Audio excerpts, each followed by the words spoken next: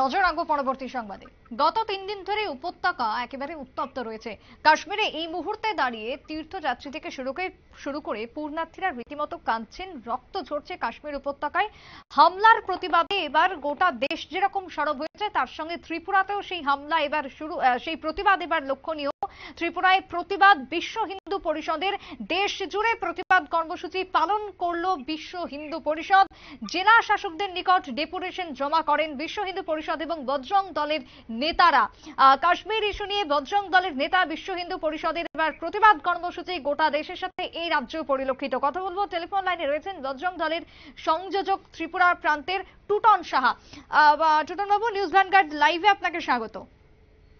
হ্যাঁ, নমস্কার।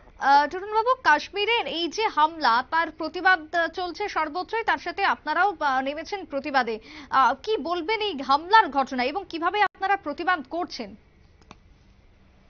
দেখুন, গত 9 জুন যখন কেন্দ্রের মধ্যে নতুন সরকার, সেখানে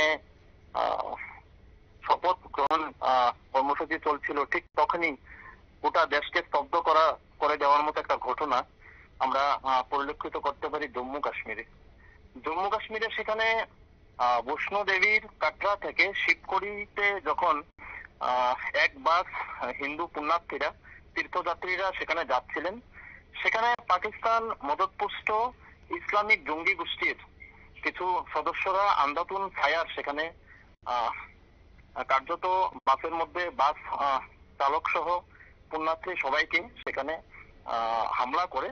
সে হামলায় 10 জন পুণ্যার্থী, একটা বাচ্চা সহ তৎক্ষণাৎই সেখানে নিহত হয় এবং কার্যত বাসের সব যাত্রীরাই সেখানে আহত হয়। নিকটবর্তী হাসপাতালে তাদেরকে সেখানে স্থানান্তরিত করা হয়। আমরা দেখেছি স্বাধীনতার পর থেকেই জম্মু কাশ্মীর উপত্যকা পাকিস্তানের মদতপুষ্ট উগ্রবাদীরা সেখানে জম্মু কাশ্মীরের মধ্যে প্রতিনিয়ত রক্ত ঝরাচ্ছিল। সেখানে 2019 সালে যখন 370 নং ধারা সেখান থেকে উৎখাত হয়, তারপর থেকে কিন্তু ক্রমশই সেখানে উগ্রবাদী হামলা সেখানে কমে গিয়েছিল। কিন্তু এই গত 9 জুনের যে ঘটনা রয়েছে, সেই ঘটনাকে যদি আমরা দেখি, তখন দেখা যায় যে সেখান থেকে উগ্রবাদী হামলা ক্রমশই, মানে একদম কমে যায়নি, কিন্তু তাদের মনোবলও কিন্তু সেখানে কমে যায়নি। আবার দেখা যাচ্ছে সেখানে পাকিস্তানি মদতপুষ্ট ইসলামিক জেহাদি উগ্রবাদীরা সেখানে কিন্তু প্রতিনিয়তই সেই ঘটনা করতে সক্ষম। তো আমরা আজকে সারা ভারতবর্ষের প্রত্যেক জেলায় বজরং দলের পক্ষ থেকে সেখানে মহামহিম রাষ্ট্রপতির উদ্দেশ্যে আমরা ডিএমদের মাধ্যমে রাষ্ট্রপতির উদ্দেশ্যে আমরা প্রতিলিপি সেখানে প্রদান করেছি।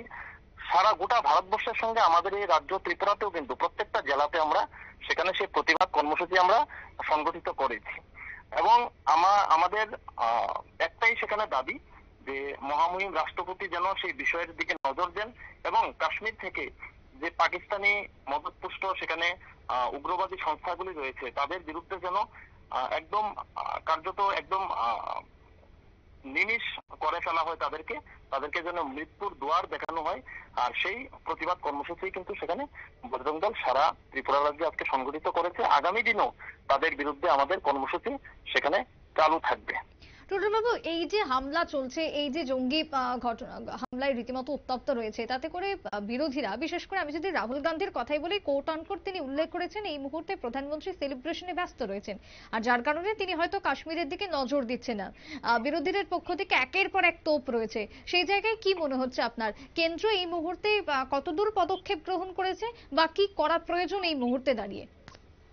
সেই বিষয়টাকে নিয়ে আমি খুব বেশি রাজনৈতিক বক্তব্য তো দেব না, কিন্তু এটুকু বলবো যে স্বাধীনতার পর থেকেই যে পরিস্থিতি কাশ্মীরের মধ্যে ছিল তা অনেকটাই এখন কম হয়ে গেছে। কিন্তু ইদানিং কালে এই 9 জুনের ঘটনাকে কেন্দ্র করে আমরা দেখেছি যে সেখানে উগ্রবাদীদের মনোবল সম্পূর্ণভাবে নিমিষ হয়নি।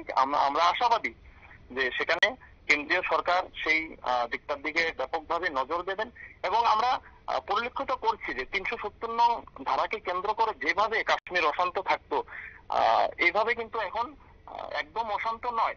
370 নং ধারা যখন 2019-এ উঠে যায়, তখন কিন্তু জিরো টলারেন্স নীতি নিয়ে একের পর এক সেখানে উগ্রবাদী সংস্থাদেরকে কিন্তু সেখানে খতম করা হয়, কিন্তু আরো প্রয়োজন রয়েছে সেটা বলে আমরা বজরং দল মনে করি। একেবারে তাই, অনেক ধন্যবাদ আপনাকে।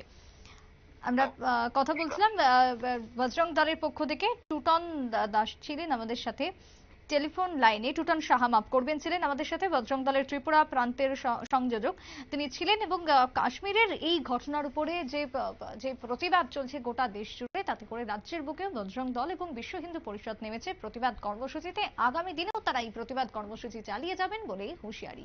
ছোট্ট বিরতির পর ফিরবো, সঙ্গে থাকুন।